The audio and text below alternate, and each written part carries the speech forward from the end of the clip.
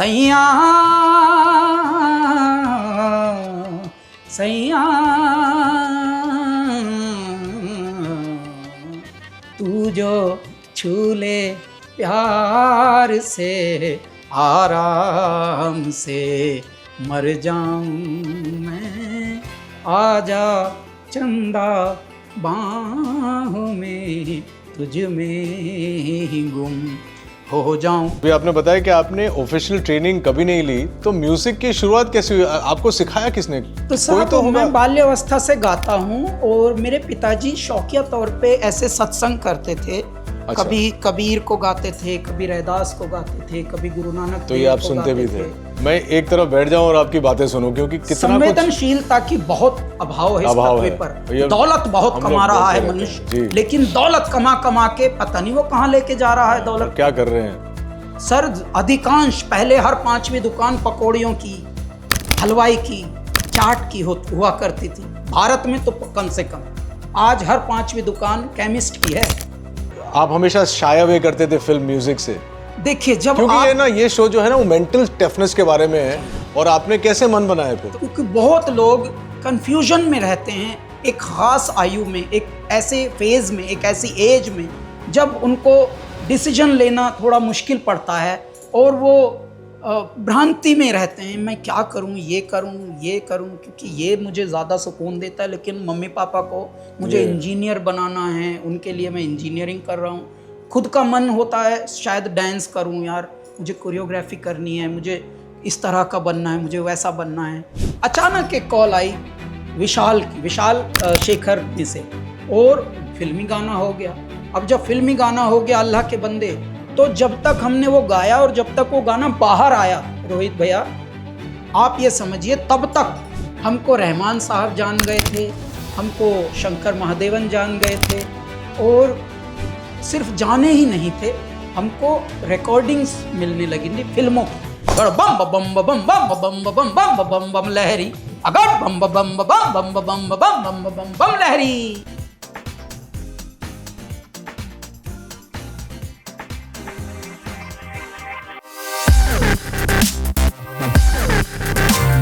Welcome to Unstoppable, the podcast about wellness powered by Right Bite Max Protein। मैं हूं रोहित रॉय, और आज हमारे साथ एक ऐसे म्यूजिकल जीनियस हैं जिनकी आवाज ने लाखों दिलों को छू लिया है। अपनी सोल स्टरिंग वोकल्स और स्पिरिचुअल डेप्थ के लिए जाने जाते हैं ये। इनका सफर ये दिखाता है कि कैसे पैशन, डिसिप्लिन और एक रिलेंटलेस स्पिरिट, या यूं कहें कि अनस्टॉपेबल स्पिरिट से किसी भी चैलेंज को कॉन्कर करने में ऊपर वाला मदद करता है। इनके वैसे तो कई गाने हैं, इनका अनफॉरगेटेबल हिट कौन भूल सकता है तेरी दीवानी, उससे लेकर अनेक टाइमलेस गानों तक इन्होंने अपने संगीत के द्वारा भावनाओं को जीवित किया, ये मेरा मानना है। आज हम उनके सफर के उतार चढ़ाव को समझेंगे और ये जानेंगे कि कैसे वो अपने माइंड और बॉडी को बैलेंस में रखते हुए काम करते हैं, प्यार से, मोहब्बत से, शिद्दत से। आइए स्वागत करें पद्मश्री कैलाश खेर साहब का। बहुत बहुत स्वागत है आपका। मेरे भाई मैं तो चाहता था कि आप इस शो पे आएं, और आपको जितनी बार मिला हूं, मिलने के बाद एक जो दिल में एक अजीब सी भावना पैदा होती है। कैलाश भाई, आई कांट टेल यू, आपसे कभी हम लोगों ने इतनी, आज आपके साथ बैठ के यही बात करनी है कि आप में क्या वो चीज़ है। जब मैं आपको स्टेज पे देखता हूँ, जब मैं आपके साथ बात करता हूँ, या मैं अंजलि छाबरिया के घर पे आपको बैठ के सुनता हूँ, मैं जब घर जाता हूँ, I am not saying this because you are here Kailash भाई, नहीं वो मुझे, तो मैं आपको जानता हूँ तो इसलिए समझ आता है। हाँ, मुझे एक अजीब सा सुकून मिलता है हमेशा, हर बार। और उसके बारे में हम आज बहुत बात करने वाले हैं। आपके फाउंडेशन के बारे में बात करेंगे, आपके खुद की जर्नी के बारे में बात करेंगे, जो आप कहना चाहें, जो जैसे आप प्रेरित करना चाहें। शुरुआत से शुरू करेंगे। तो मैं पहले तो आपके शो का नाम बहुत अच्छी सी इथोस इसमें है, अनस्टॉपेबल। जी, हम सबका जन्म हुआ है, जैसे नदी का उद्गम होता है ऐसे ही जीवन का भी उद्गम होता है।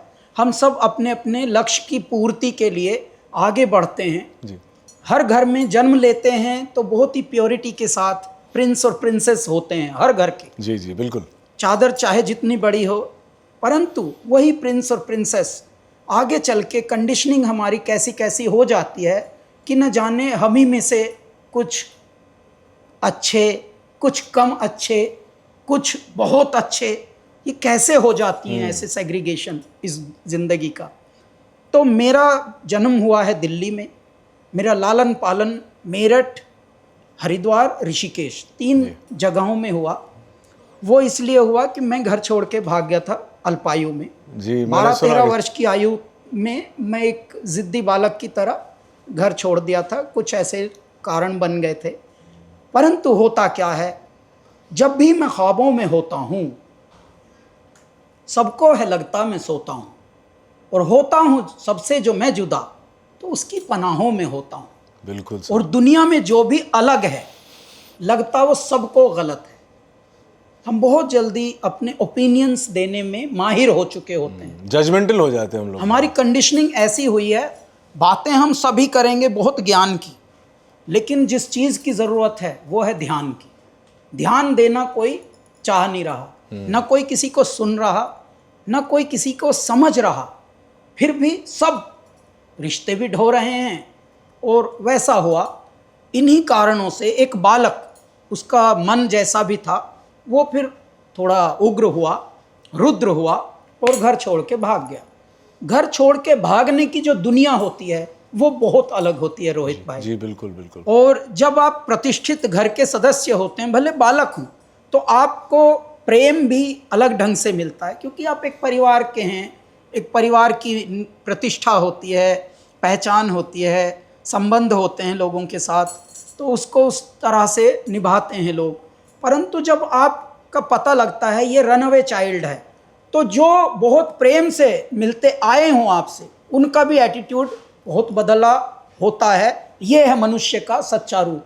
और जब आप अल्पायु में मनुष्यों को समझने लगे, वो अनुभव लेने लगे, तो जीवन में कहते हैं लोग पुस्तकों के आदी हो गए हैं, वरना चेहरों पर भी क्या नहीं लिखा होता। जी बिल्कुल सही है। तो हमने वो बहुत चेहरे पढ़े फिर, और चेहरे पढ़ने का जो अनुभव होता है वो आपको बहुत निखारी देता है। देखिए, जो पत्थर आप देखते हैं नदी किनारे, कुछ पत्थर गोल गोल आपको दिखते हैं अलग अलग आकार में, कोई मोटा होता है, बड़ा होता है, कोई छोटा होता है, लेकिन गोल होते हैं। अब वो तो उनको कौन तराशता है, इतना गोल कौन बनाता है? झटके, जितना वो लुढ़क लुढ़क के युगों युगों से एक दूसरे से टकरा के पानी की लहरों से भी टकरा रहे हैं, आपस में भी टकरा रहे हैं, वो गोल हो जाते हैं, सुंदर हो जाते हैं, सुडौल हो जाते हैं।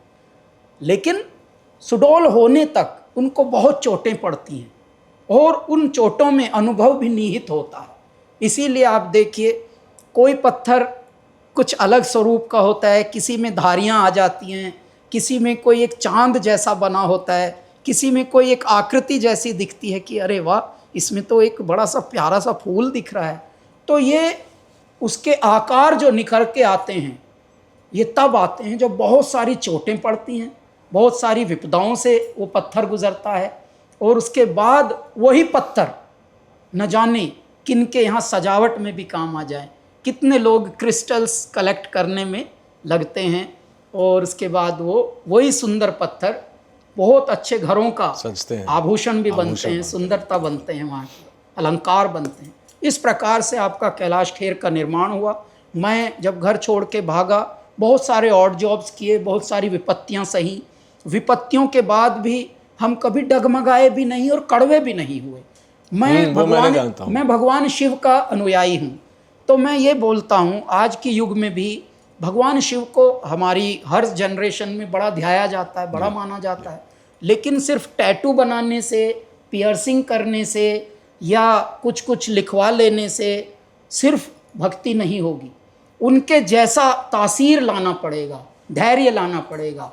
जितनी भी कुटिलताएं, विषमताएं, मुश्किलें, जितनी भी कठिनाई होंगी, उसका जहर स्वयं पीना पड़ेगा, और कड़वा नहीं होना। ये नहीं कि यदि आपका रिश्ता मान लीजिए न चले, आपका संबंध न चले, आपकी कंपनी पार्टनर्स न चलें, तो पता लगा जब शुरू हुए थे तब तो प्रेम से चले थे, अब अचानक आप धीरज खो बैठे, धैर्य खो बैठे, और अचानक आपे से बाहर ही हो गए। वैसा नहीं होना, वही शिवत्व है।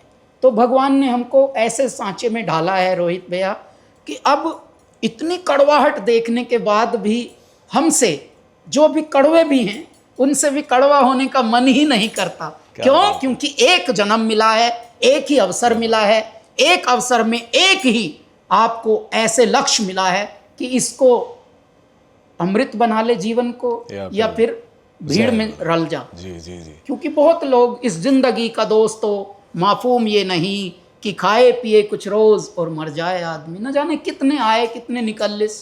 मैं आपको एक मर्मस्पर्शी बात बताता हूँ, मेरा अनुभव है ये। कितना बड़ा नाम है हमारे भारत की फिल्म इंडस्ट्री में, साहिर लुधियानवी जी, ठीक है, बहुत बड़ा नाम है जी। बड़े बड़े लोग उनसे इंस्पायर हुए हैं और बहुत उनका लेखनी, उनके जीवनी, इन सब में बहुत ही हृदय है, हृदय, दर्द भी है, हृदय भी है। जी जी जी, ठीक है साहब। अब जब तक वो जीवित थे तब तक तो उनकी जय जयकार हुई होगी। बहुत। आज साहब मरणोपरांत हम जहाँ रहते हैं, जुहू में मैं रहता हूँ, हरे रामा हरे कृष्णा के सामने वाली गली में, समुद्र तट पर। आप एक दो बार शायद आए हैं उस तरफ, मनमोहन शेट्टी और इनके यहाँ पे, तो उनके बाजू में ही हम रहते हैं। मैं आपको ये विशेष बात इसलिए बता रहा हूँ कि हमारे घर के निकट ही साहिर लुधियानवी जी का खंडहर है, एक खंडहर। अच्छा साहब, कोई ऐसा भी नहीं क्या हमारे देश में जन्मा कि जो उनकी लेगेसी को संवार ले, उस खंडहर को स्मारक बनवा दे, उस खंडहर को जाले हटवा दे। ये है हमारी सच्चाई जीवन की। बड़ी बड़ी बातें करने वाले लेकिन कितने मिलेंगे आपको देश में, पर कोई है ऐसा माई का लाल जो इतना जिगरा लेकर उठे कि नहीं, मैं कुछ अपने बड़ों के लिए जीना चाहता हूँ, मैं उनके लक्ष्य को बड़ा बनाना चाहता हूँ, उनकी लेगेसी को बड़ा बनाना चाहता हूँ। ठीक है, मैं लिखना नहीं, उतना शायद लिखने का मेरा फील्ड ना हो, लेकिन उनकी मैं दीवानगी में इस तरह मगरूर हूँ, इस तरह मशगूल हूँ कि क्यों ना मैं उनके लिए जीऊँ अपनी एक जीवन में। अच्छा, जब आप नेक काम करते हुए होते हैं, एक मनुष्य जब लीड करता है तो बहुत लोग साथ देते, जुड़ जाते हैं। लेकिन आज भी उनका मकान खंडहर है, सही है, खंडहर है साहब। तो कितनी दुख की बात होती है। बड़ी बड़ी बातें यहाँ पे इस इंडस्ट्री में कितने लोग करते हैं। तो मैं बता रहा हूँ कि मनुष्य को एक जीवन मिला है, एक अवसर मिला है, इसी से आप अमृत को प्राप्त कर सकते हैं और इसी से आप भीड़ में खो सकते हैं। तो ये कितना बड़ा, देखिए, अब जब हमारा निर्माण हो रहा था तो मुझे महात्माओं ने पाला है। मैं महात्माओं में संस्कृत में पला हूँ, संस्कृत में पढ़ाई की है मैंने। मैं आपसे वही पूछने वाला था कि आप 12-13 साल की उम्र में घर छोड़ के चले गए, आपने कहा रुद्र भाव आया, आप नाराज हुए होंगे किसी चीज़ के बारे में, और आप उसके बाद गुरु के खोज में गए और आपको वो मिले। आपका नाम ओरिजिनली कैलाश ही था? जी, ओरिजिनली कैलाश। तो फिर भगवान ने तो आपको फिर लिख के ही भेजा कि अपने हाथों में ही रहेंगे, उनकी गोद में नाम कैलाश है। श्रावण में मैं जन्मा हूँ और 7 मेरा अंक है। 7 जो अंक होता है वो शिवलिंग होता है जी, अंक नहीं होता सर। मेरा भी 7 ही है सर। तो ईश्वर का देखिए, 7 जुलाई को हम जन्मे हैं और हमारा जो संपूर्ण योग आता है टोटल, वो भी 7 है। अरे वाह, मतलब 7 1973 को जब आप जोड़ते हैं तो 7 ही आता है। तो इसलिए 7 का हमको बहुत साथ मिला है और 7 की बारंबारता बहुत है। और 7 जो होते हैं वो ज़िद्दी होते हैं, अनुरागी होते हैं, वो हट्टी होते हैं, परंतु वो लक्ष्य के लिए जीते हैं, वो मिशन के लिए जीते हैं। उनका जीवन, हमारा जीवन सिर्फ जीवन नहीं है, पैशन है। हमारा जीवन एक मिशन है और उस कंपैशन के लिए ही हम जीते हैं। अच्छा, परवाह नहीं चाहे ज़माना खिलाफ हो, चलेंगे वो रास्ता जो सीधा व साफ। हम बहुत सीधे सरल जीवन को जीने वाले उग्र हैं, थोड़े रुद्र हैं, थोड़ा विरोध, हम क्रोधी भी हैं, लेकिन हमारा क्रोध क्षणिक होता है और हमारे क्रोध से कुछ ना कुछ उपजेगा। कोई सर्जनात्मक क्रोध हम करते हैं। हम सिर्फ इस बात के लिए क्रोध नहीं करेंगे कि अब हमारा ईगो या अहंकार को हम पोसें ना। जहाँ भी कुछ भी इस सृष्टि के लिए, इस ह्यूमैनिटी के लिए, इस मानवता के लिए अच्छी बात करनी हो, यदि वो क्रोध से भी करनी हो तो चुपचाप कर लो। क्रोध भी वहाँ पर प्रेम का प्रारूप बन जाएगा। मैंने जब सोचा कि मैं आपको इस शो पे बुलाऊं, अक्सर इस शो पे लोग आते हैं तो हम लोग बॉडी बिल्डिंग की, फिटनेस की, खान पान की बात करते हैं, लेकिन जैसा मैंने आपको कहा रोल होने से पहले कि जब भी मैं आपको देखता हूँ तो मुझे एक तेज़ नज़र आता है। चाहे आप वो परफॉर्म कर रहे हो स्टेज पे, चाहे गाना गा रहे हो, चाहे आप खाली झूम रहे हो, ऐसा लगता है कि आपसे ज़्यादा अनस्टॉपेबल तो मैं इंसान मिला ही नहीं। और ये सच बात है कैलाश भाई। तो भैया मैं ये आपको कैसे हुआ? देखिए, एक फिल्म के लिए हमने एक गाना लिखा था कि जब एक ही मिली है जिंदगी, सोच मत चाहे आर हो या पार हो, और तूले जान वो असल जान है, जिसकी जान पे ही सौ जान निसार हो। कितने लोग ऐसे हैं पृथ्वी पर जिनके लिए 100 लोग मरने को तैयार हो, और तगड़ा कितना भी हो गबरू बदन। देखिए, आपने अब माइंड बॉडी और इसकी बात की है, तो तगड़ा कितना भी हो गबरू बदन, अगर हिम्मत उसमें ना हो तो खुद ही शिकार हो। बड़े बड़े हाथी को भी ढा देता है चीता। चीते, 4 चीते मिलकर हाथी को भी ढा देते हैं सर। बिल्कुल। अगर हिम्मत तोड़ दे तो ढह जाता है। तो ऐसे में मैं एक ही निवेदन इस मनुष्य जाति से करता हूँ कि ऐ मेरे मनुष्यों, आप तो प्रकृति के सबसे प्यारी क्रिएशन हो, सबसे मनोहारी क्रिएशन हो, तो कम से कम आपके अंदर की पशुता को हटा लो। वो कैसे? विहिता न भक्तिरीश्वरे न च साधु संगति, विहिता न भक्तिरीश्वरे न च साधु संगति, भूभार तुल्य मूर्तिना मनुजेन तेन किम, दीनेन चे दयालुता हृदयेन तेन किम, मधुरम न ये न भाषितम वदनेन तेन किम। अब मैं संस्कृत की ये 4 लाइनें समझा के इसका मैं जो ईश्वर की भक्ति और अपने धर्म, अपने कर्तव्य पर ना रहें। धर्म का मतलब होता है कर्तव्य। जो ईश्वर की भक्ति और अपने धर्म पर न रहें, अपने कर्तव्यों पर न रहें, विहिता न भक्तिरीश्वरे न च साधु संगति, और न साधुओं यानी सज्जनों की जो श्रृंखला है जीने की, पगडंडी है, उनके जो सीख है उस पर न चलें। सज्जनों की सीख यही है कि भाई अपने कर्तव्यों में रहिए और मानव जाति का कल्याण हो। आपके होने से इस धरा पर कल्याण बहे, शुभ बहे। विहिता न भक्तिरीश्वरे न च साधु संगति, भूभार तुल्य मूर्तिना मनुजेन तेन किम। इस पृथ्वी पर वो मनुष्य होते हुए भी सिर्फ बैगेज हैं। भूभार तुल्य मूर्तिना, वो भूभार की तरह है, एक तरह से जैसे वो मतलब वो कोई ऐसी उपयोगिता नहीं है वो धरती पर, वो ना भी होते तो भारी है, वो भार है। तो एक ये वाली बात। और जिनके हृदयों में दीनों के प्रति, असहायों के प्रति दयालुता ना हो, वो हृदय किस काम का? जो वाणी बहुतों का दिल दुखाती जाए सुबह से शाम तक, जो मृदु ना हो, जो हृदय से कोमलता ना बहे जिसकी वाणी से, वो वाणी किस काम की? ये एक बेसिक सूत्र हैं संस्कृत के। दीनेन चेत दयालुता हृदयेन तेन किम, मधुरम न ये न भाषितम वदनेन तेन किम। ऐसा बोलना भी क्या जिसमें मृदुलता ना हो। अच्छा, सभी के पास चॉइसेस हैं, लेकिन ईश्वर, मैंने जैसा बताया कि पैदा जब हो रहे थे तब सब प्रिंसेस थे, और अचानक क्या हो गया भाई? कौन से सांचे में ढले कि अचानक, या खुदा मुझे ऐसी खुदाई न दे कि अपने सिवा कुछ दिखाई न दे। आधी दुनिया तो अपने अफारे में ही मरी जा रही है। बिल्कुल बिल्कुल सही है, बिल्कुल सही है। मेरे तो आज एक ऐसा मुझे लग रहा है कि जो एपिसोड आज हम करने जा रहे हैं उससे जो हमारी यंग जनता है वो बहुत कुछ सीखने वाली है।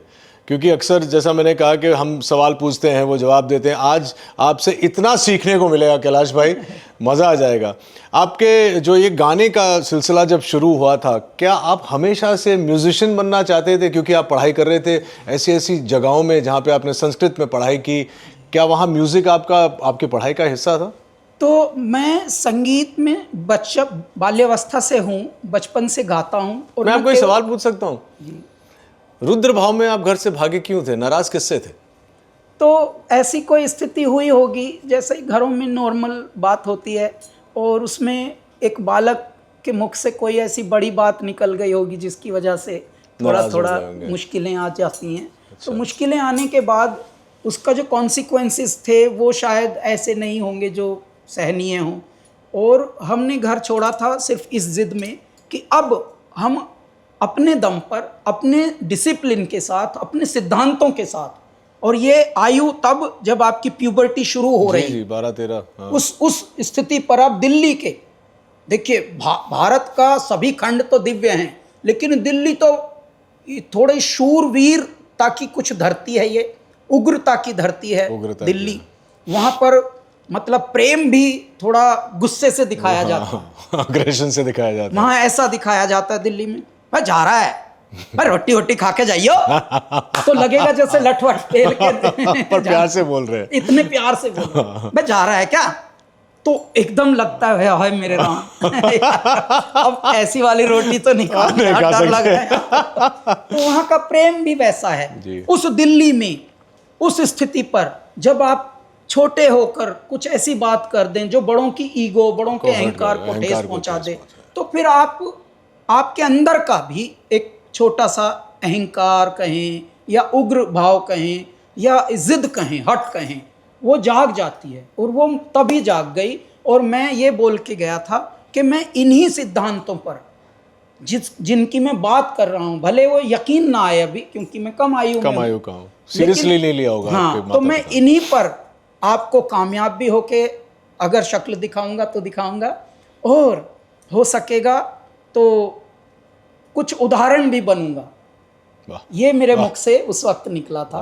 12 साल की उम्र में 13 का होगा, 12 का जी। उस वक्त गणित कहाँ होता गणित, है, वो तो तभी तो बर्थ डेट्स भी ठीक से याद नहीं ना। हाँ, ना अपने को गणित पता, ना मैथ, ना कुछ साइंस पता, बस अपने को हृदय पता है कि हाँ, कुछ भी आप दुनिया में कर ही लीजिए, कितने भी आविष्कार कर लीजिए, कितने भी शाहकार कर लीजिए, बस दिल को संभालना, किसी के भी दिल को ना दुखाना, क्योंकि इसमें परमात्मा बसे हैं। किसी का दिल दुखाना और साहिब 1000 इमारतें खड़ी कर देना, दोनों का मतलब कुछ देखिए, ऐसी बात है, हजारों इमारतें खड़ी करने के बाद आप एक दिल दुखा दीजिए, आपने बेड़ा गर्क जैसे पूरा कर लिया हो, अपने ही हाथों कुल्हाड़ा मारा हो अपने पैरों पे। ऐसा हो जाता है जीवन। कितने जीवन हम अब देखते हैं रोहित भैया, जहाँ पर बहुत कमाया हुआ है लोगों ने, बहुत धन कमाया, बहुत शोहरत कमाई हुई है, उसके बाद भी उनको डॉक्टर ने कह रखा है कि you can not eat this, या you have to take pills to sleep, या तो जी। जब ये जीवन आ जाता है तो प्रकृति का तो कोई रोल है ना, इसका मतलब बिल्कुल प्रकृति ने कोई तो रचना रच दी है, तभी ये खेल हुए हैं कि सब कुछ है फिर भी कुछ नहीं है। एक मैं आपको उदाहरण देता हूँ, हमारा लोनावले में छोटा सा फार्म है, तो वहाँ पर फार्म के आजू बाजू 1-2 और भी फार्म बंगले जो भी बने होते हैं, तो वहाँ पे एक मिश्रा जी थे वॉचमैन। तो हम गाहे बगाहे, क्योंकि बैचलर वक्त के साथ टाइम से ही हमारा फार्म है, वो सबसे पहले हमने यहाँ अपने जीवन में जब हमारी आर्थिक स्थिति सुदृढ़ होनी प्रारंभ हो गई थी, सबसे पहले खेत ही खरीदा था। अच्छा, भगवान ने हमको सबसे पहले खेत खरीदवाया, उसमें गैया, मेरी माँ गाय का पहले चरण रखे, उसके बाद उसकी बाउंड्री होनी शुरू हुई। तो हमारा जीने का ढंग वही है, बिल्कुल थोड़ा बावलों वाला। और उसके बाद वो वहाँ पे मिश्रा जी से गाहे बगाहे हम बहुत जाते थे हर तीसरे दिन उन दिनों। तो मिश्रा जी अपने जो स्वामी थे, उनके मालिक, उनकी गाथा गाते थे, उनका चालीसा बहुत पढ़ते थे। हमारे मालिक की तो इगतपुरी में भी एक कोठी है, एक बंगला पुणे में भी है और पेरिस में भी है, न्यूयॉर्क में भी, न्यूयॉर्क, अच्छा उनका न्यूयॉर्क में भी, हाँ न्यूयॉर्क में भी है। अच्छा यार, तेरा मालिक के बहुत बंगले हैं, लेकिन तेरा मालिक कभी दिखता नहीं भाई, कहाँ है आजकल? कि वो तो हॉस्पिटल में। अबे तो उनका पागल एक हॉस्पिटल है बना लेता।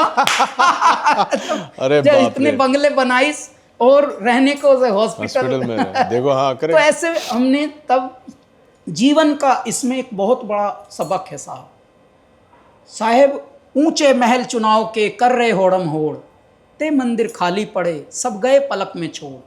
बड़े बड़े सूरमाओं ने महल बनाए हैं, किले बनाए हैं, फोर्ट्स बनाए हैं, साहेब अथाह संपत्ति बनाई है, लेकिन आज आर्कियोलॉजिकल सर्वे उनको टिकट लगा के उनके गाइड दिखाते हैं, यहाँ पे उनका तोपखाना हुआ करता था, यहाँ पे उनका जनवासा हुआ करता था, यहाँ पे जब कभी राजा साहब कभी संगीत की महफिलें होती थीं तो यहाँ पे मुजरे हुआ करते थे। अब वो टिकट लेके दिखा के खाली खंडहर दिखाए जाते हैं, सच्चाई जो है वो दिखाई जाती कि सच्चाई ये है। Nothing is permanent on earth, बिल्कुल। Everything is changeable, everything is constantly changing actually. तो जब ये हो ही रहा है, जब यही सत्य है, और यही तो होने वाला है, हमें मनुष्य बनकर ही जीना चाहिए। और मनुष्य स्वयं भी, ये जो शब्द है मनुष्य, ये खुद में बहुत ही बड़ा शब्द है। तो कहते हैं आदमी को भी मयस्सर नहीं इंसान होना। देखिए, हम आदमी तो हो जाते हैं, लेकिन उसमें भी इंसान हो जाएं, ये भी मयस्सर नहीं होता। तो हमारी जो ट्रेनिंग हुई वो अलग तरीके से हुई साहब। जैसे तुमने उस्तादों से सीखा है, हमने हालातों से सीखा है। तो हमारी कोई ट्रेनिंग नहीं है। आपकी कोई ऑफिशियल ट्रेनिंग, कोई फॉर्मल ट्रेनिंग? फॉर्मल ट्रेनिंग नहीं, I am not a trained musician. तो किसने सिखाया? आई एम अ सिखाया? Mad musician. वो तो है ही। आप तो कुछ लोग जो होते हैं, कुछ होते हैं पढ़े हुए, कुछ होते हैं गढ़े हुए। मेरा कुम्हार उनको गढ़कर भेजता है। और ऐसे बहुत, उनको इंग्लिश में एक टर्म होती है प्रोडिजी, उनको इस तरह से माना जाता है। अच्छा, ये सब हमको नहीं पता था। जब मुंबई आए तब तक ये वर्ड भी नहीं पता थे, प्रोडिजी एंड ऑल। ये तो जब मैं रहमान सर के बारे में थोड़ा थोड़ा पढ़ा कहीं कहीं, तो तब वो शब्द आया पकड़ में, प्रोडिजी। तो इसका मतलब there are few those who are chosen one, those who are chosen one, उनके लिए चैलेंज भी उतने ही आते हैं, तभी वो चोजन वन है।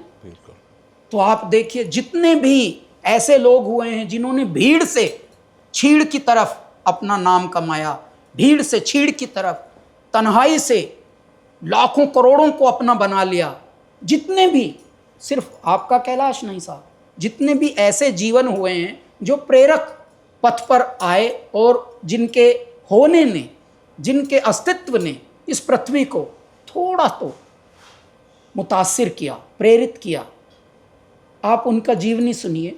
कहीं ना कहीं बहुत ज़्यादा कष्टों से निकले हैं वो, कहीं ना कहीं बहुत दिल टूटे हैं उनके, बहुत दुखाया है लोगों ने उनका दिल। और जो टूट कर बना, जिसे मौत ने जना, वो और क्या टूटे, वो और क्या मरे। अब बहुत लोग अब हमको अलग अलग तरह से बताते हैं, समझाते हैं, तो हम हंसते हैं फिर कि बहुत प्यारा आइडिया है आपका। पर जो टूट के बना, जिसे मौत ने जना, वो और क्या टूटे, वो और क्या मरे। मार तो जितना मार सके। आपको कैलाश भाई, एक बात मैं जो पूछना चाहता हूँ, अभी आपने बताया कि आपने ऑफिशियल ट्रेनिंग कभी नहीं ली, तो म्यूजिक की शुरुआत कैसे हुई? आपको सिखाया किसने? तो साहब, तो मैं बाल्यावस्था से गाता हूँ, और मेरे पिताजी शौकिया तौर पे ऐसे सत्संग करते थे। अच्छा। कभी कबीर को गाते थे, कभी रैदास को गाते थे, कभी गुरु नानक तो ये आप सुनते भी थे? तो वो लोग गाँवों में, हमारा भारत आज भी गाँव की व्यवस्था ऐसी है कि गाँव में हर महीने, हर 2 महीने, 4 महीने में जो भी खाता है वो गाता है। अच्छा। और हमारे भारत की ये व्यवस्था है जीने की कि थोड़ा सा भी आप जब समुदायों में रहते हो, कम्युनिटी में रहते हो, कौटुंबिकों में रहते हो, और जिसको हम कहते हैं अपने सामूहिक जीवन जीने वाले लोग, उसमें हमारे यहाँ संकीर्तन होते हैं, हमारे यहाँ सत्संग होते हैं जी। तो इस तरह से गाया जाता था। और उसमें गाते हुए मेरे पिताजी और बाबा जी हमारे ताऊ जी को हम कहते हैं। अच्छा जी, बड़े पापा। तो बाबा और पिताजी एक टांग पर ऐसे उछल उछल के एक तारा बजा के गाते थे, तो उनको जुगल जोड़ी कहते थे। एक छोटा बालक भी वहाँ बैठा होता था उसी महफिल में, और वो लोग जो गाते थे, बैठत 12 चलत 18 छोवत है 36, तो 36 गुण होते हैं और 12 अपनी राशियां होती हैं। तो ऐसे इस तरह की जो दर्शन, जो फिलॉसफी है हमारी, उसको वो पहेलियों में गाते थे। और इस प्रकार की गायकी को न केवल गायकी मोहती थी मुझे, उस बालक को जो 4-5 वर्ष का होगा तब, लेकिन वो जो कौतूहल उसके बीच में छुपा था पहेलियों, यस, कौन बैठत 12, कौन चलत 18, कौन सोवत है 36, who are these, what numbers are these. इस हठरी के 9 दरवाजे 10वां ठाकुर द्वारा, छांड चला बंजारा, हठरी छांड चला बंजारा। निक्सी खंबी रह गया, निक्सी खंबी ढल पड़ा मंदिर, रह गया कीच और गारा, छांड चला बंजारा, हठरी छांड चला बंजारा। अब गुरु नानक देव की कभी कोई बंदिश गाते थे, अब मैं कौन उपाय करा, यही विधि मन को संशय छुटे, भवनिधि पार तरा। यदि ये संदेह हट जाए तो दुनिया से पार ना हो जाए नैया। तो ये सारी बात, अच्छा उस पूरी दुनिया में, उस पूरी संगत में एक ही है जो बालक है। अच्छा बड़े लोग ये कहते भी थे, अरे यहाँ बालक क्या कर रहा है, क्योंकि कभी कभी वो लोग अपने बेबाकी में अपशब्द भी आपस में कैजुअली यूज़ कर लेते थे, तो वो बालक पे ध्यान दे के बोलते थे एक दो लोग, अरे ये बालक क्या कर रहा है, अरे बालक जाओ बेटा तुम बच्चों में खेलो हैं बच्चों में खेलो। पिताजी मेरे रोक देते थे, नहीं बैठा रहने दो, क्या मुश्किल है क्या, कुछ कष्ट तो नहीं दे रहा ना बालक, ठीक है।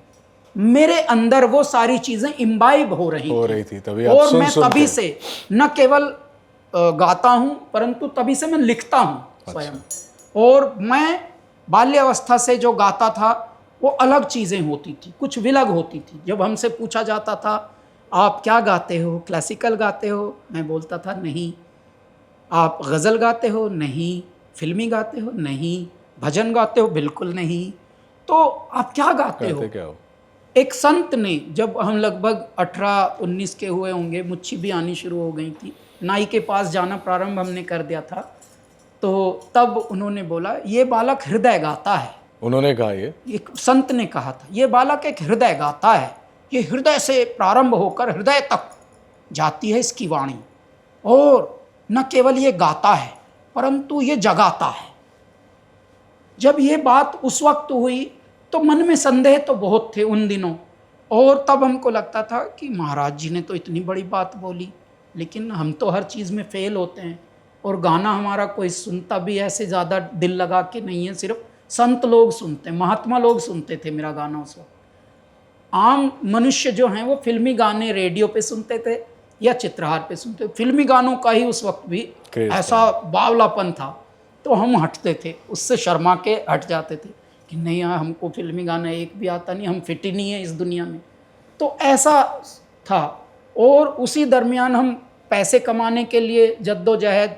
अच्छा ये सच्चा इश्क आपका है संगीत, तो सच्चा इश्क छुपाया जाता है, आप भी जानते हैं। इस पृथ्वी पर प्रेम एक इतना सच्चा स्वरूप है जीने का कि इसको छुपाते हैं सब, छुपा के ही आप इंजॉय कर पाते हैं, कल्पनाओं में अधिक जी पाते हैं आप सच्चे प्रेम को। सच्चा पैशन जो है आपका संगीत, तो मैं छुपाता था। कुछ लोग हमसे पूछते थे बेटे क्या करते हो, पंडित जी के हो ना, हाँ क्या करते हो, तो हम बोलते थे जी मैं थोड़ा ये करता हूँ, संगीत करता हूँ। नहीं वैसे क्या करते हो? अच्छा, तो वो संगीत को मतलब तवज्जो नहीं देते थे, ज़्यादा सी थ्रू कर देते थे, मतलब वो अनसुना करते थे। ये किस उम्र की बात कर रहे हैं? तो ये देखिए उम्र अभी एग्जैक्टली हम नहीं बता पाएंगे, लेकिन जब ये चीज़ें होती हैं, अडल्ट हो गए थे, जब आप फॉर्मेटिव्स में होते हैं। अच्छा। और ये बातें कोई ऐसी पूछे, और उन चीज़ों से, जिन चीज़ों से आपको लगता है कि यही करने का इस धर्म, इस जीवन का धर्म है, यही करने के लिए शायद मेरा जन्म हुआ है, क्योंकि अधिकांश मनुष्य झूठ बोलता है, बेईमानी करता है, दिल दुखाता है, और पैसा कमाने के लिए क्राइम करता है, न जाने कितने तरह के क्राइम। सिर्फ किसी को मार देना ही क्राइम नहीं, किसी की भावनाओं को पहुंचाना ठेस, किसी का ट्रस्ट लूटना, वो भी एक क्राइम है। मनुष्य क्राइम करता है, मनुष्य जीने की आरजू में मरे जा रहे हैं, लोग मरने की आरजू में जिए जा रहे हैं हम।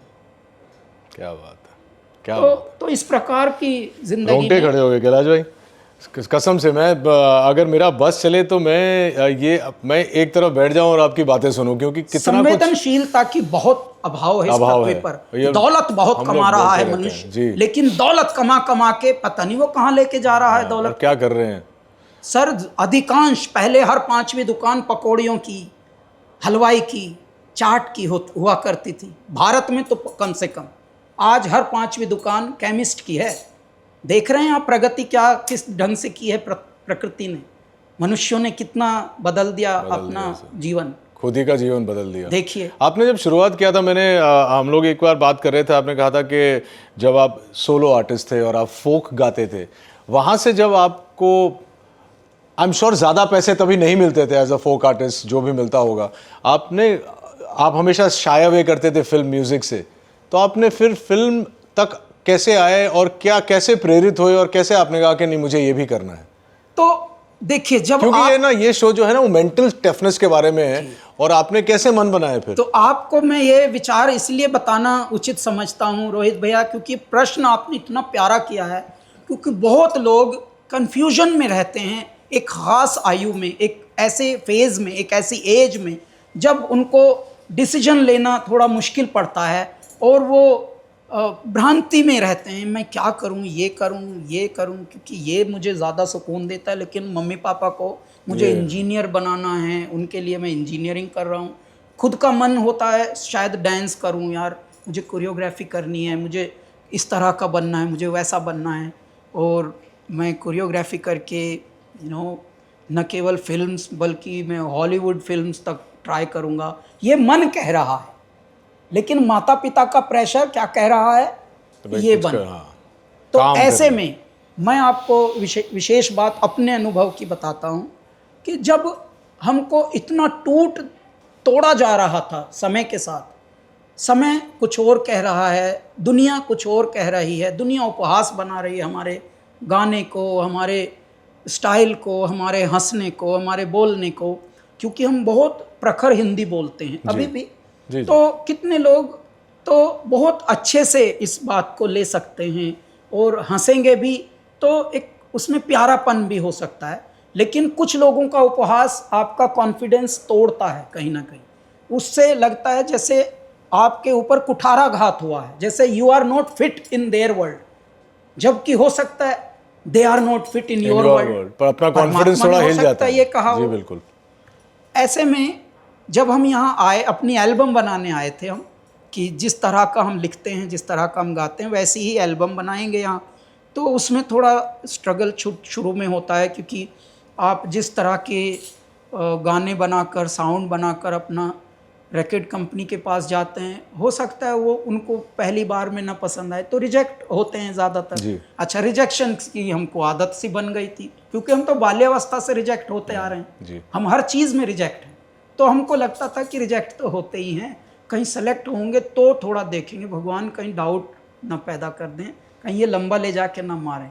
तो शुरू में जब हमको जिंगल्स गवाए लोगों ने और इनवॉइस मंगाया, तो मैं शुरू में डाउट किया कि कहीं ये मस्ती तो नहीं कर रहे हैं, और मस्ती भी लोगों ने बहुत अलग अलग ढंग से की है हमारे साथ। तो कहीं अब और ज़्यादा ना, क्योंकि अब अनुभव भी थोड़े जुड़ गए हैं, आयु भी थोड़ी बढ़ रही है। मैं 29 का हो चुका था जब मैं मुंबई आया। अच्छा, सोचिए, मतलब 30 का होके आपके भाई का करियर शुरू हुआ है यहाँ। वाह वाह, सोचिए साहब, हम इस पिंजड़े में, इस शरीर में, क्योंकि मैं आयु शरीर की मानता हूँ, आत्मा की कोई आयु नहीं होती। और मुझसे एक बार यहाँ के एक दो ऐसे प्यारे लोगों ने पूछा भी था, थोड़े इंटेलिजेंट टाइप के लोगों ने, How old are you? You very smart man. You talk so beautifully. Very interesting, you know. तो मैंने तब उनसे कहा था कि मैं हूँगा 1000 वर्ष का करीब, जो मुझे लगता है ये मेरी आयु है। तो बहुत लोग तो हमारे अभी भी जानकार बोलते हैं कि उफ, कैलाश खेर से कुछ भी बात करो तो ऐसा लगता है कि जैसे देवलोक में किसी से बात चल रही है, कुछ एकदम सीधा स्पिरिचुअल टेंजेंट पे ही जाती है बात। तो जो रिजेक्ट होते होते जब हम जिंगल्स गाने लगे, हमारे वो सेलेक्ट होते गए। तो देखिए, परमात्मा को जो खेल रचने होते हैं उनका पता नहीं होता। साहेब, आप पे बोवे आप पे काटे, आप बने रखवाला, और अपनी गोदी आप ही खेले बन के मोहन लाला। है भी नहीं और हर जगह हो, तुम एक गोरख धंधा हो। देखिए, दिमाग वाले तो लगे हैं लॉजिक्स ढूंढने में, तर्क करने में, एक से एक ज्ञान लेने में और देने में, लेकिन परमात्मा पता नहीं कौन सा खेल खेल के सारा ज्ञान विफल कर देते हैं। कभी कंकर को बना देते हो हीरे की कणी, कभी हीरे को भी मिट्टी में मिला देते हो। बिल्कुल भाई, हो भी नहीं और हर जगह हो, तुम एक गोरख धंधा हो। तो मैं अटूट विश्वास रखता हूँ उनके होने पर, परमपिता परमेश्वर के, प्रकृति के स्वामी महादेव पर मेरा अटूट विश्वास है। इसलिए मेरा लॉजिक कोई है ही नहीं, कोई तर्क ही नहीं कि प्रेम में और साहित्य में और जब आपकी क्रियात्मकता होती है उसमें कोई तर्क नहीं होता, वो भावना है, और भावना बहने का नाम है। नदी बहती है और नहर जो है वो रहती है। वो तो कंट्रोल ब्रेन कर रहा है ना नहर को, तो नदी को कंट्रोल करके कोई दिखाए। नदी से नहर बनती है, नहर से नदी नहीं बनती। तो कुछ स्वरूप नेचुरल ही अच्छे होते हैं। हमें रिजेक्शंस मिलते गए, हमारा इधर से परमात्मा ने खेल दूसरा कर दिया। हमारे जिंगल्स एक से एक हिट होते गए। पहला जिंगल ही हमारा सुपर हिट, 15 दिन के अंदर दूसरा जिंगल मिल गया। अब साहब ऐसे मिलते गए। एक चुपती जलती गर्मी, चुपती जलती गर्मी का मौसम आया, चुपती जलती घमोरियां लाया, आया मौसम डरमी कूल का। तो ये बहुत चर्चित हो गया था। ये आपने अपना स्टाइल कभी चेंज नहीं किया जिंगल की वजह से, आप अपने स्टाइल में ही करते हम अपने में थे। तो हम अपने में रहने से रोहित भैया सबसे अच्छी बात ये हुई कि एक बार हमको उन्हीं दिनों एक जिंगल था बिनानी सीमेंट का, तो हमसे वो गवा लिया। अब जब हमसे गवा लिया तो गवाना मतलब लॉजिक्स, तर्क वाले, क्योंकि दिमाग वाले लोग अपना लेकर आते हैं और एडवर्टाइजिंग में तो बहुत आते हैं। हाँ, तो हम अपना उनका दिमाग से जो था उनका वो हमने कर दिया। अब जब कर दिया हो गया तो अब क्योंकि हो चुका है, टेक ओके हो गया है, तो अब मैं लास्ट में अपना ऐसे ही गुनगुनाने के चक्कर में गाने लगा। तो वो उन्होंने एकदम रोका, Kailash ji what did you do, do it again, do it again. उनका सर मैं तो ऐसे मस्ती कर रहा हूँ कि नहीं जस्ट सिंग दिस, जो आपने अभी किया ये क्या किया। तो मैंने वो कर दिया। फिर तो वो किया तो वो बोलते हैं I want to keep this. तो मैं मन ही मन सोच रहा था, मैंने कहा हाँ, यदि माइंड को रोक लो तो दिल अपने आप कुछ ना कुछ माल देगा, क्योंकि दिल में परमात्मा है। तो वो ये लाइन थी, ये गूंज है आसमानी, सीमेंट होता बिनानी। तो हमने तो को इतना बड़ा बना दिया जी कि जब आप कोई विचार बताते हैं तो विचार कैसे बताते हैं, कुछ शब्दों पर आप वजन देते हैं, और यदि शब्दों की तरह भावों पर भी वजन दे दें। देखिए बिनानी को हमने बड़ा नहीं किया, यहाँ हमने तो को कर दिया। अब जैसे ही तो को आपने दम दिया तो बिनानी अपने आप बड़े हो गए। तो उन्होंने वही रखी। श्री अमिताभ बच्चन इसमें चित्र में थे, जो चलचित्र में, और आपके भाई की आवाज़ थी। तो ये कितना जय जयकार हुआ इस जिंगल का। अच्छा, भगवान की एक माया थी कि इसकी भी हमने ट्रेनिंग तो कहीं ली नहीं थी। पहली बार तो इनफैक्ट हमने पूछा, दिल्ली के हैं तो इसलिए पूछा अपने ही ढंग से, मन ही मन ये दिखाते थे सबको कि I know everything, you know, I been there done that, you know. लेकिन साइड से पूछते भी थे जिंगल क्या होता है, जिंगल क्या होता है। शुरू में ये यहाँ से शुरू हुआ कैलाश आपका।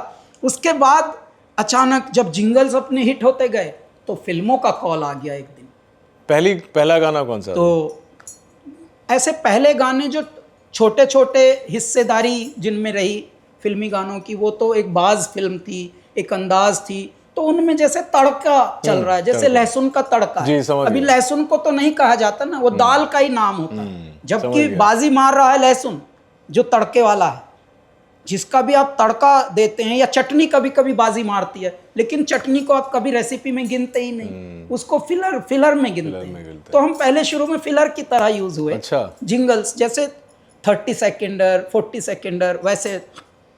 अचानक एक कॉल आई विशाल की, विशाल शेखर में से, और फिल्मी गाना हो गया। अब जब फिल्मी गाना हो गया अल्लाह के बंदे, तो जब तक हमने वो गाया और जब तक वो गाना बाहर आया रोहित भैया, आप ये समझिए तब तक हमको रहमान साहब जान गए थे, हमको शंकर महादेवन जान गए थे, और सिर्फ जाने ही नहीं थे, हमको रिकॉर्डिंग्स मिलने लगी थी फिल्मों की।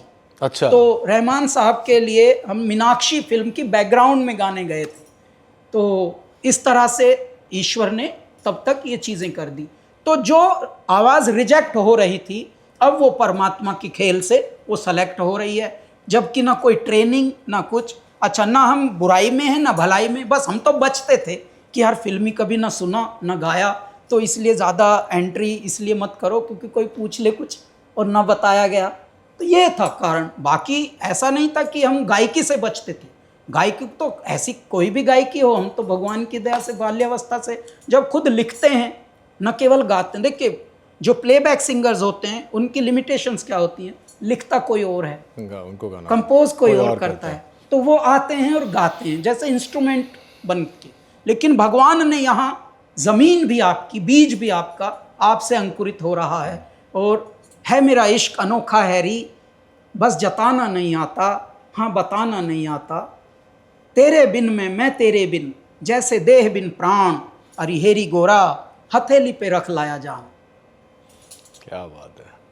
आपका ये जो आपकी जो आपके साथ बात करके जो स्पिरिचुअलिटी झलकती है हर बात में, नॉर्मल बात में भी, ये आपको म्यूजिक से मिली या म्यूजिक मिलने के बाद आपको स्पिरिचुअलिटी मिली? तो मैं आध्यात्म से संगीत की ओर आया हूँ।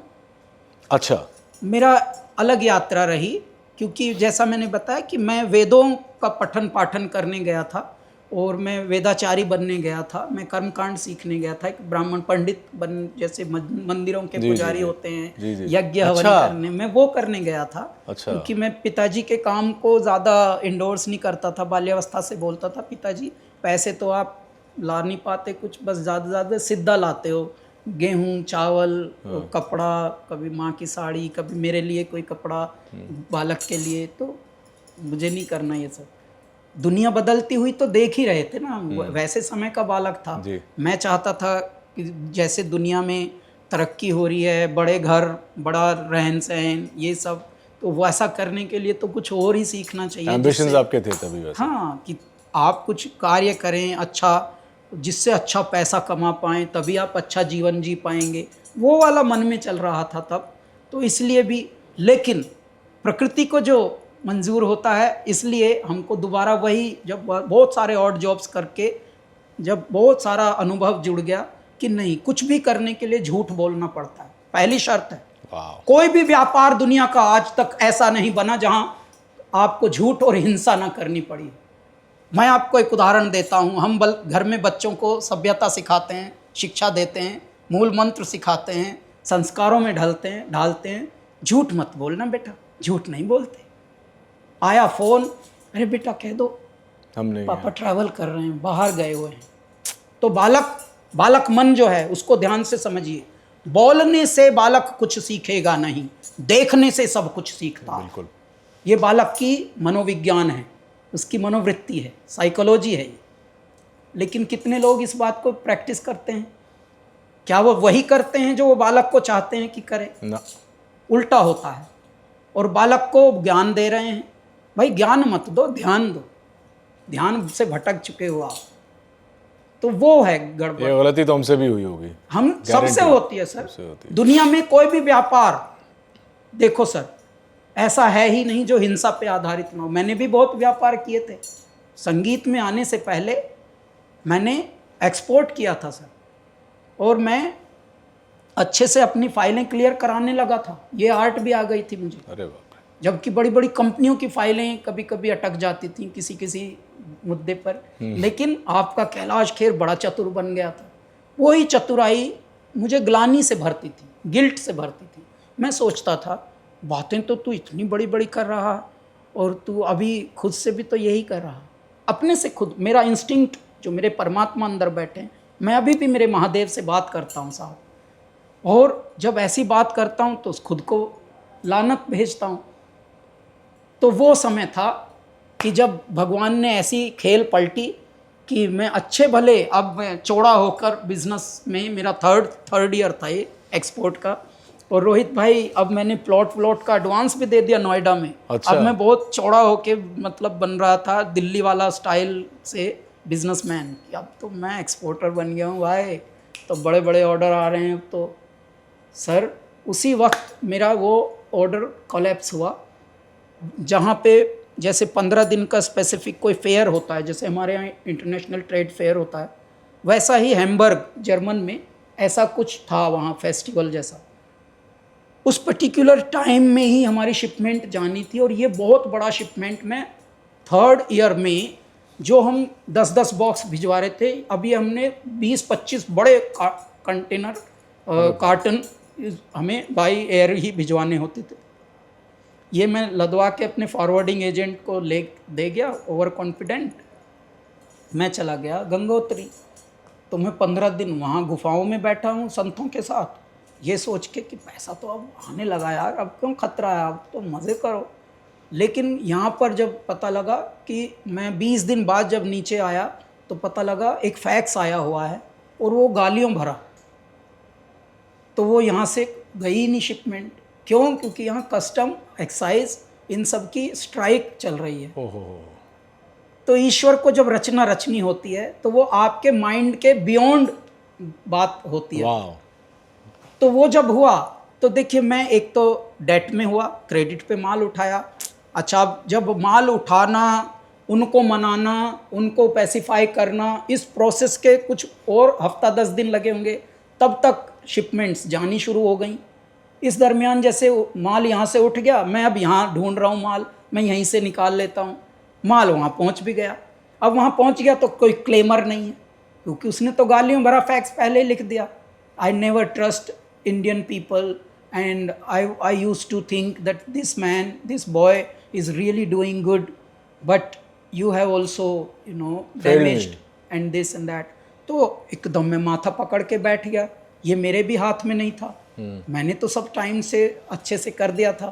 और मैं हैंडीक्राफ्ट्स की सारे वुडन ब्लॉक्स और वॉल हैंगिंग्स, ये जितने भी राजस्थानी आर्ट की चीज़ें हैं, थोड़ा जो टेबल पे आर्टिफैक्ट्स रखे होते हैं, वो सब भेज रहे थे।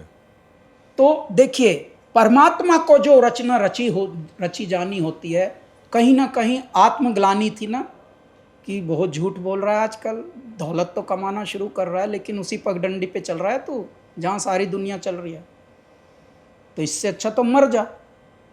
ये था सर, भगवान ने ही रचना रच दी, भगवान ने बचा लिया बाल बाल आपको। ठीक है, आई मुसीबत, बहुत झटके पड़े, आप ऑलमोस्ट अवसाद में चले गए। यहाँ तक कि मैंने तब गंगा जी में कूद भी गया था, यही बोल के कि मैं हर जगह असफल हो रहा हूँ, हर जगह असफल हो रहा हूँ। परमात्मा, क्यों नहीं मैं संवेदनाओं के साथ, आसानी के साथ, सरलता के साथ, भगवान क्यों नहीं सफलता मिल पाती। आप गंगा जी में कूद गए सुसाइड करने? सुसाइड करने। तो साहब उस वक्त हमको किसी ने निकाल लिया। निकालने के बाद हम थोड़ा बदहवाश सी हालत में, हमको उसने पूछा कि तुझे तो तैरना नहीं आता क्या, मरने गया था? मेरे मुख से निकला हाँ। तो उसने दिया हमको एक चपे, तगड़ा सा, कोई हल्की सी नहीं सा, वहाँ तो तगड़ी ही चलता है ऋषिकेश साइड में, और ये मेरठ, ये पूरी पट्टी बचा के लेके आया अगर, तो उसमें तो ऑलरेडी शक्ति होगी बहुत सारी। तो उसने एक जड़ा और ये बोला, जबान चला रहा है और जीवन इतना आसान है जो तुम मिटा देगा।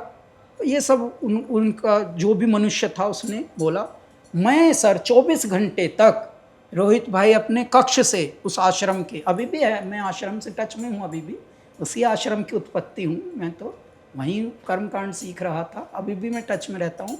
हर साल वहाँ पे हम लोग एक शो भी करते हैं, कभी समय संयोग होगा तो आपको भी हम लेके जाएंगे। जी बिल्कुल, भाभी को और आपको लेके वहाँ की आरती अटेंड कराएंगे। उसी आरती से पहले गाता था।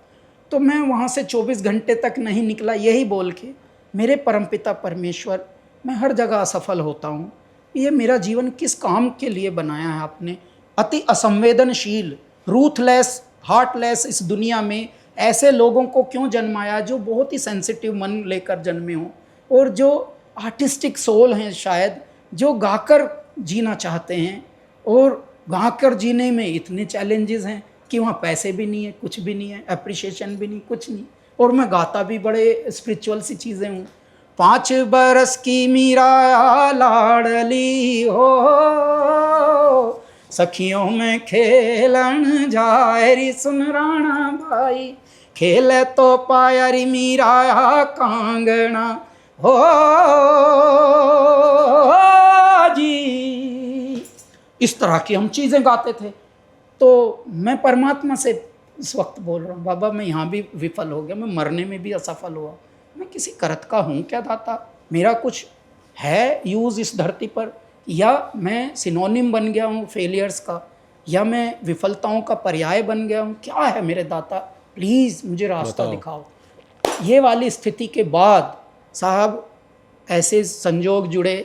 एक महात्मा जी हैं, अब तो शरीर पूरा हो गया, ब्रह्मलीन हो गए, स्वामी परिपूर्णानंद जी, उन्होंने मुझे बताया था कि बेटे तुम वही बालक हो ना जो गाता है आरती से पहले? कहा जी गुरुजी, तुमसे मुझे बात करनी है, सुबह मिलना मुझसे। तो अगले दिन जब मैं गया तो उन्होंने बताया कि तुम जो गाते हो इसी का एक एल्बम बनाओ और मुंबई जाओ और ये लो पता।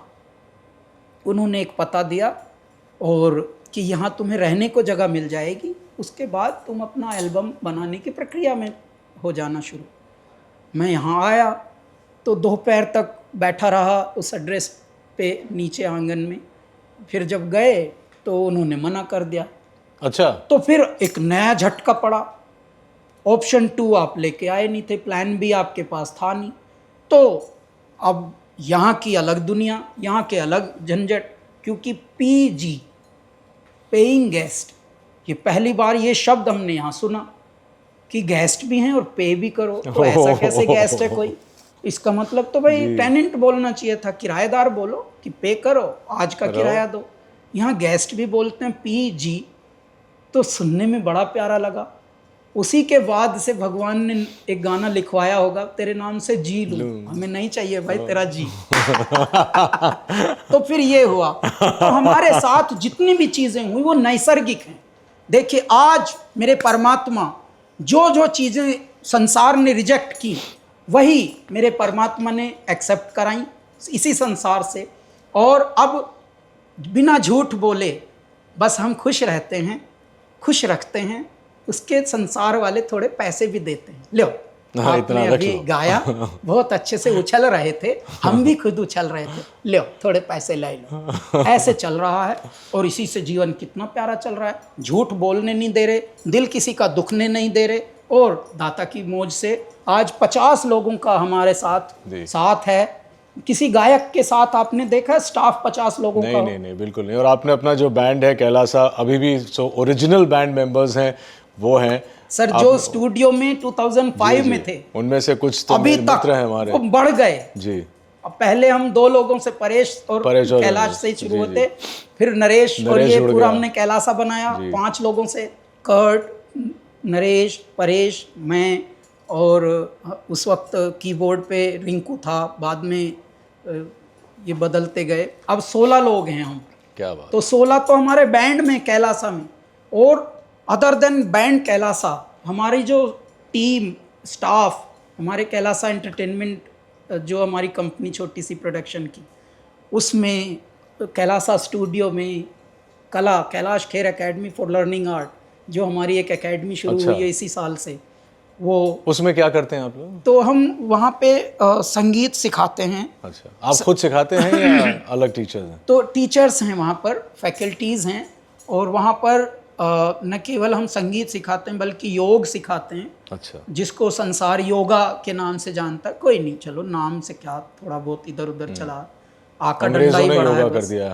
हाँ, योग को योगा कर दिया, और गंगा को गंगा हटा दिया, गा हटा दिया वहां से। यहाँ योग का योगा कर गए, लेकिन वहाँ गैंजेस कर दिया। गैंजेस। तो मैं हंसता हूँ यार, कितने सरके हुए बंदे होंगे वो, कि हमारी माँ का नाम भी बदल दिया। तो वो सब था, लेकिन ये सब हुआ। अब जितनी भी चीज़ें तिरस्कृत हुई, जितनी भी चीज़ें ऐसी हुई जिन पे उपहास उड़ाया गया, अब वही चीज़ें लोगों को इंस्पायर भी कर रही हैं, स्ट्रेंथ बन गई है, और वो स्ट्रेंथ भी बन गई है। बहुत सारे लोग जब सच्चे दिल से अप्रिशिएट करते हैं, तो मैं ईश्वर को बोलता हूँ, समर्पित करता हूँ कि परमात्मा जो भी प्रशंसनीय है, जो भी अद्वितीय है, जो भी अविस्मरणीय है, जो भी इनके हृदय को छू रहा है, वो आप हैं, वो आपकी चमक है, वो आपकी ललक है, वो आपकी कसक है। मैं आपका बनाया हुआ एक माध्यम हूँ, एक पाइप हूँ। अमृत तो आप बनकर बह रहे हैं मुझसे। आप ही गाते हैं, आप ही बोलते हैं, आप ही अनवरत, बिना रुके और निश्चल भाव से बहते हैं, शब्द बनकर, अर्थ बनकर, शब्दावली बनकर, वाक्य बनकर। तो ये तो आप हैं। और आप जो एक और बहुत अच्छा काम कर रहे हैं जिसकी वजह से मैं आज आपको यहाँ बुलाना चाह रहा था, कैलाश खेर फाउंडेशन, उसमें क्या क्या कर रहे हैं और आप युवाओं को कैसे मदद दे रहे हैं? तो युवाओं के सिर्फ लिए म्यूजिक फील्ड में दे रहे हैं या स्पिरिचुअल फील्ड में और मेंटल हेल्थ की फील्ड में आप बहुत काम कर रहे हैं उसको लेके? जी, वो क्या है? हमारे यहाँ पे कैसा है ना, देखिए कलाकार वर्ग जो होता है, आर्टिस्ट वर्ग, आर्टिस्ट में एक समस्या है भारत में। जिस घर में भी कोई आर्टिस्ट जन्म लेता है, पहली बात तो मैं पूरी दुनिया को बताना चाहता हूँ, आर्टिस्ट बनते नहीं, आर्टिस्ट पैदा होते हैं। ठीक है, और आर्टिस्ट जब पैदा होते हैं तो उनको इज्जत नहीं मिलती, ना घरों में ना घर के बाहर। क्यों नहीं मिलती? पहले उनको नाम कमाना पड़ेगा, और नाम कमाना किसी के हाथ में नहीं होता। नाम कमाना मेरे परमात्मा के हाथ में होता है। जर्नी जैसी आपको मिलती है उसके अनुकूल आपके कर्म होते हैं, सत्कर्म, पुरुषार्थ, परमार्थ, इन सब के प्रारब्ध से आपका यश बढ़ता है, आपकी कीर्ति बढ़ती है, आपका नाम बढ़ता है, आपका वैभव बढ़ता है। लेकिन इससे पहले की जो चोटें, इससे पहले की जो आहटें, इससे पहले की जो दर्द, इससे पहले की जो करवटें होती हैं, वो असहनीय भी हो सकती हैं। एक घर में अगर 4 बच्चे हैं, 2 पढ़ाई में बहुत तगड़े हैं, तीसरा कुछ इंजीनियरिंग में कुछ और तगड़ा कर रहा है, चौथा आर्ट में है, उस घर में उस बालक को ऐसे देखा जाएगा जैसे ये ऑटिस्टिक बालक है। जैसे इस पे सहानुभूति देखो, इससे सिंपैथी करो। मतलब अपनों में लाड़ आएगा तो सिंपैथेटिकल लव दिखाएंगे, वहाँ इक्वल लव नहीं आएगा कि भाई जो साइंस में 98 तोड़ रहा है ऐसा ही मैं इसमें भी। ये क्योंकि पेंटिंग करता है और ये जीवंत पेंटिंग करता है। ये माता पिता प्रेम की बात कर रहे थे, इसने तभी एक पेंटिंग बना दी कि माता पिता, आई लाइक योर दिस रूप, this is what I love, your energy. हो सकता है वो उसको लाइटली लें, और लाइटली भी इतना भी लें कि उसके अंदर का कॉन्फिडेंस जवान होने तक न बढ़ पाए।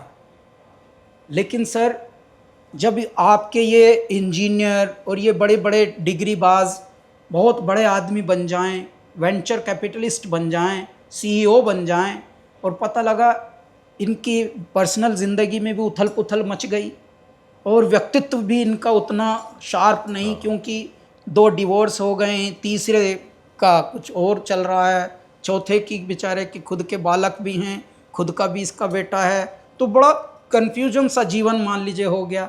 स्ट्रेस बहुत हो गया। बहुत दौलत है, बहुत बड़ा नाम कमाया था, म्यूज़िक काम आया अब स्ट्रेस में। किसका? इसको, जिसको ऐसे ट्रीट किया गया कि भाई ये तो आपका फाउंडेशन इनके साथ क्या करता है? तो हम क्या करते हैं, सीखे हुओं को भी सिखाते हैं। अच्छा। हम संवेदनाओं को जगाते हैं, क्योंकि यहाँ पर जो लोग आते हैं मुंबई में, वो पहले फिल्मी गायक बनने आते हैं। मैं उनको बोलता हूँ, आप गायक बनने आइए, फिल्मी गायक मत बनने आइए। आप छोटा स्वप्न क्यों देख रहे हो, बड़ा देखिए। तो हम पहले उनकी ग्रूमिंग करते हैं, और पूरे भारत से हम ढूंढ रहे हैं ऐसे लोग। कितने कैलाश खेर जन्माए हैं मेरे परमात्मा ने, क्योंकि हीरा कोई एक ही थोड़े है जो मेरे कान में है, हीरे न जाने कितने कितने स्वरूपों में है।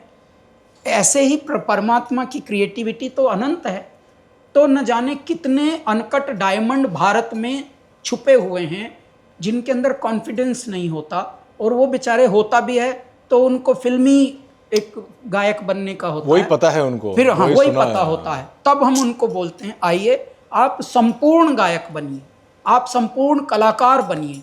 कलाकार वो होता है जो कल को देता है आकार, द शेपर ऑफ टुमारो। आप पे डिपेंड करती है इस दुनिया का रुख क्या होगा, ये दुनिया कैसे जिएगी। मैं आपको एक उदाहरण दे रहा हूँ जिंदा। कुछ ही दिन पहले कोविड देवता प्रकट हुए थे पृथ्वी पर, सब त्राहिमाम त्राहिमाम करने लगे थे। सबसे ज़्यादा अगर सुकून बरसाया है किसी ने तो वो थी आर्ट की दुनिया। कोविड के दरमियान सर सबसे ज़्यादा आपके कैलाश खेर भाई ने ऑनलाइन गाया है, और वो भी हेल्थ वर्कर्स के लिए, पूरे वर्ल्ड के। 24 घंटे हम अलग अलग टाइम जोन पे लगे रहते थे। अच्छा, जो 36 48 घंटों से घर पे नहीं जा पाते थे डॉक्टर्स, जी बिल्कुल, हेल्थ वर्कर्स, केमिस्ट, स्टॉकिस्ट, उनके लिए भाई वो तो चलिए पेशेंट्स को डील कर रहे हैं, लेकिन वो भी तो ह्यूमन है। उनके लिए कौन गाएगा? उनके लिए हम गाते थे, उनको नचाते थे।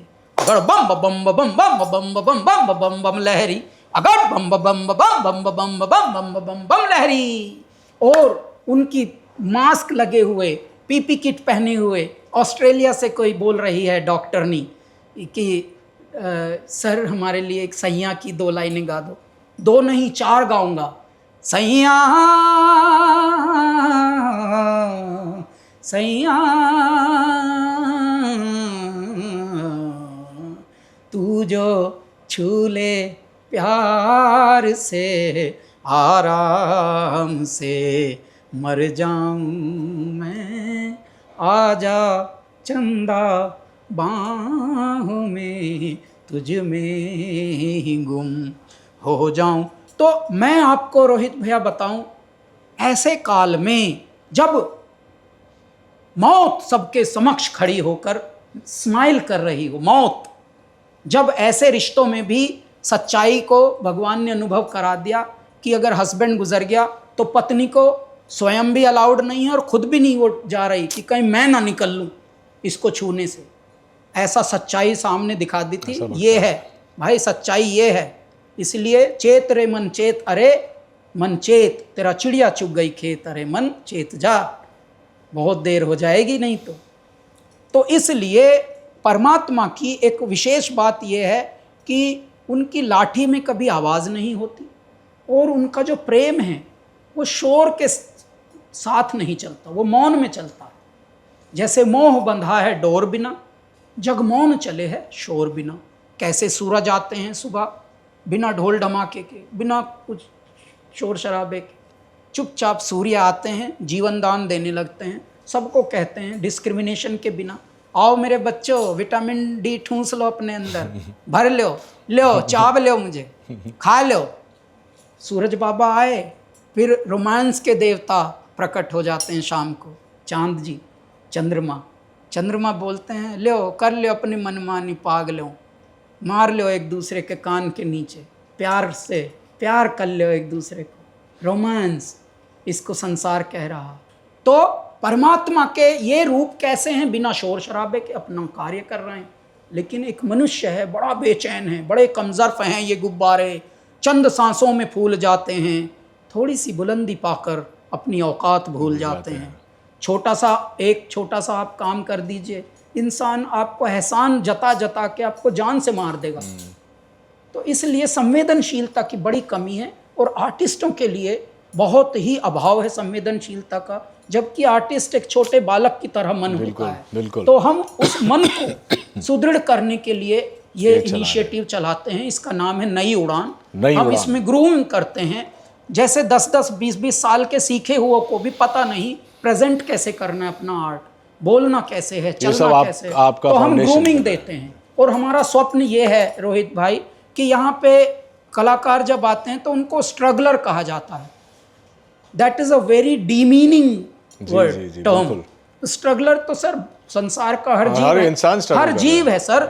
जब हिरन के पीछे टाइगर भाग रहा है, शेर भाग रहा है, तो देखिए हिरन अपने आप को बचाने का स्ट्रगल कर रहा है, और शेर अपने आप को बचाने का स्ट्रगल। तो स्ट्रगलर तो ये भी है, ये प्रकृति के 2 पूरक हैं, और ये अपने आप को बचाने में लगे हैं, वो अपनी जान बचाने में और ये अपनी जान बचाने में। जीवन है तब तक संघर्ष है, देखो ना सर, संघर्ष ही नहीं है तो फिर जीवन तो ये क्या टर्म है, किसने लगाया ये स्ट्रगलर? I am struggler. ये ग्लोरीफाई वर्ड्स बिल्कुल नहीं।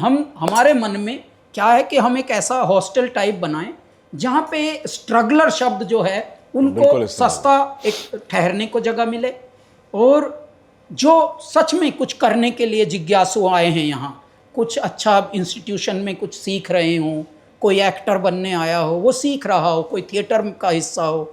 देखिए ये नहीं कि बस, क्योंकि इसके लिए कोई सर्टिफिकेशन तो होता नहीं। आप रामलीला करते थे गांव में या अपने कॉलेज में कुछ करते थे, आपको भ्रम हो गया कि बस अब तो मैं बॉम्बे में एकदम जगह मिल जाएगी, फिट हो जाऊं।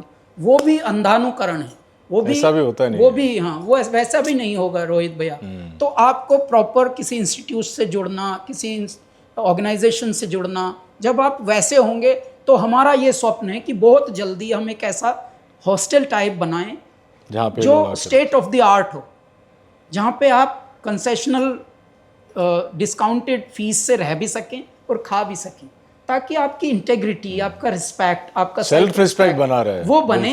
तो आप सिर्फ म्यूजिक की तरफ नहीं, आप पूरा आर्ट्स की तरफ, और उसमें भी आपका स्वाभिमान बचे जी। तो ये तो ना हो कि वो है। कृपा के हिस्से हैं, हाँ। तो आपके कॉन्फिडेंस को कहीं ना कहीं डर सा लगे ना, आपके अंदर इंटेग्रिटी जन्मे। आप देखिए विदेशों को हम क्यों इतना ग्लोरीफाई करके नाम लेते हैं, न्यूयॉर्क में या इस तरह के जो बड़े इंस्टीट्यूट जहाँ भी होते हैं, LA में या कहीं भी, उनका एक इंफ्रास्ट्रक्चर है, एक प्रॉपर तरीका है उनके जीने का, उसमें कभी कॉम्प्रोमाइज़ होता नहीं, क्योंकि मैन डिपेंडेंसी उनकी होती नहीं, सिस्टम प्रोसेस्ड होता है, सब सिस्टम ओरिएंटेड होता है सब। तो ऐसी ही चीज़ें क्यों ना भारत में भी हो। बिल्कुल बिल्कुल। आई विश के कैलाश भाई आप इसमें बहुत आगे तक जाएं, क्योंकि मुझे पता है कि बहुत ही कम लोग हैं जो बोलते हैं और वो करके दिखाते हैं, और उनमें से आप तो एक हैं ही हैं। लेकिन इससे पहले कि आप हमें छोड़ के जाएं, मन तो नहीं कर रहा है कि ये कॉन्वर्सेशन खत्म हो, ऐसा लग रहा है गाड़ी में आपके साथ आऊँगा मैं घर। मैं चाहता हूँ कि आज के जो युवा लोग जो देख रहे हैं, आपके जो ये मतलब असीम एक्सपीरियंस रहा है 12, 13, 14 साल की उम्र से अभी तक, जो भी एक्सपीरियंस रहा है आपको, इंडिया की युवा जनता देख रही है, आप क्या एडवाइस देंगे कि भाई कैसे ज़िंदगी जी जाए प्रोफेशनली और पर्सनली? देखिए अभी मैं बताना चाहता हूँ, युवा, आपने जो ये शब्द बोला है रोहित भाई, युवा को उल्टा करिए। वायु, वायु क्या होती है? प्राणवायु होती है ना, ऑक्सीजन, ऑक्सीजन, ठीक है। युवा मेरे भारत की ऑक्सीजन है, बिल्कुल। और ऑक्सीजन कभी गलत होनी चाहिए क्या? नहीं। ऑक्सीजन कभी एडल्ट्रेटेड होनी चाहिए क्या? बिल्कुल नहीं। ऑक्सीजन जितनी प्योर होगी उतना ही जीवन मिलेगा ना। तो हमारे युवाओं में प्योरिटी पहले होनी चाहिए, थॉट्स की। देखिए युवाओं का सबसे पहले, और सर उन्नतिशील देश नहीं होता धन के भरे खजानों से, उन्नतिशील देश नहीं होता टैंक तोप विमानों से, उन्नतिशील देश नहीं होता खंदक और खदानों से, उन्नतिशील देश होता है उन्नतिशील नौजवानों से। जिस देश के युवा नौजवान उन्नतिशील होते हैं, प्रगतिशील होते हैं, थॉट प्रोवोकिंग होते हैं। सर हमारे स्वामी विवेकानंद, नरेंद्र जिनका नाम था, उन्नतिशील थे वो। उनका एक भाषण से उनकी पूरे व्यक्तित्व का आज तक का परिभाषा मिलती है। ऐसा युवा होना चाहिए मेरे भारत का। देखिए ये नहीं होना चाहिए कि बुराई को तो आप बहुत जल्दी, देख इस पृथ्वी पर नेगेटिव ब्रेन भी बहुत हैं, लेकिन इट्स योर चॉइस। एक दुनिया है जो सुबह से शाम तक, चाहे आपका कोई भी सोशल प्लेटफॉर्म हो, उस पर सिर्फ नेगेटिव, वो जिसको भी देखे बस नेगेटिव थॉट्स डालो। एक होता है kindness, Prem, consideration, love, empathy, sensitive, being sensitive, you know, ये सब के लिए कुछ कुछ नए नए विचार बताए, नए नए थॉट्स बताए, कुछ कुछ अपनी क्रिएटिविटी, कुछ गाए, 2-2 लाइन गाए, कोट्स जिनको कहते हैं वो ले। Depend, it's your choice. तो युवाओं को सबसे पहले तो बहुत ही शुद्ध होना है, पवित्र होना है। और देखिए कितना पैसा आप कमाएंगे, कितना कम कमाएंगे, कितना ज़्यादा कमाएंगे, बड़े बड़े कमाए हुए भी 1 मिनट में ऐसे निकल जाते हैं सर जी। ऐसे पानी के बुलबुले की तरह कितने सारे चले गए, और कितने हम देखते हैं अनुभव रोज की। अगर आप सोशल मीडिया पे ही देखो तो कितने न्यूज़ आते हैं, फला अमीर का कोई बालक था, उसने फला एक एक्सीडेंट से ये कर दिया, उसको मार दिया, इसको मार दिया, खुद भी आधा घायल, आधा ये, अब हैंडीकैप हो गया, अब यहाँ ब्रेन डेड हो गया। ये सब इसलिए वाचाल होने से काम चलेगा नहीं। जिसकी जितनी चादर है वो उतने में ही अपने डिसिप्लिन में रहे, अपने सिद्धांतों में रहे, क्योंकि ईश्वर को तो नित्य कर्म भक्त है प्यारा। ईश्वर को आप यदि सच्चे अर्थों में जीवन जिएंगे, वो बहुत प्यारे लोग होते हैं। परमात्मा को भी वो बहुत प्यारे लगते हैं जो अपने कर्मों को, अपने सत्कर्मों को, अपने पुरुषार्थ को, अपने परमार्थ को संतुलित बनाकर जिए, जिनके अंदर का शिवत्व जगा रहे। वो परमात्मा भी छुप छुप के देखते हैं, ये मेरा बालक निकम्मा है या थोड़ा समझदार है, अच्छा है। तो प्रकृति को तो सब पता होता है ना। ये आसान होगा हमारे युवाओं के लिए करना? बहुत आसान है सर, कुछ भी नहीं, क्योंकि इस पृथ्वी पर वो सब काम आसान है जो आपको बहुत मुश्किल लगते हैं। और मेरे परमात्मा तो सरलता में ही बसे हैं, विषमताओं में ही बसे हैं मेरे दाता। तो ऐ मेरे युवाओं, अपने आप को बस संभाल लो और ये अपने अंदर ये विचार पाल लो कि हम इस देश की ऊर्जा हैं, इस देश की ऑक्सीजन हैं, इस देश की प्राणवायु हैं। प्राणवायु के लिए ही तड़प गया था ना पूरा विश्व। अभी कुछ दिन पहले जब कोविड दाता धरती पर आए थे और ऐसे बस हंस हंस के देख रहे थे, देखिए इस टर्म को ही उन्होंने कैसे फेल कर दिया, positive. You are so positive, I really like your aura. Positive से ही डराया, पॉजिटिव को नेगेटिव से भयानक बना दिया साहब। परमात्मा ने चाहा तो क्या हो गया, ओ ही इज़ पॉजिटिव, नहीं मुझे नहीं जाना उसके पास, ही इज़ पॉजिटिव। ना ना ना ना, रिश्तों में भी ऐसा बना दिया था साहब। तो ऐ मेरे युवाओं, आप तो प्राणवायु हो, बस प्राणवायु को अनवरत बहने दो इस देश के लिए। और सिर्फ ये ना सोचना कि आप सिर्फ एक नौकरी के लिए जन्मे ना, क्या पता आप नौकरी देने के लिए जन्मे हो। यू नेवर नो किसके अंदर क्या ताकत बसी है, किसके अंदर कौन सी रोशनी बसी है। कमाल है कैलाश भाई।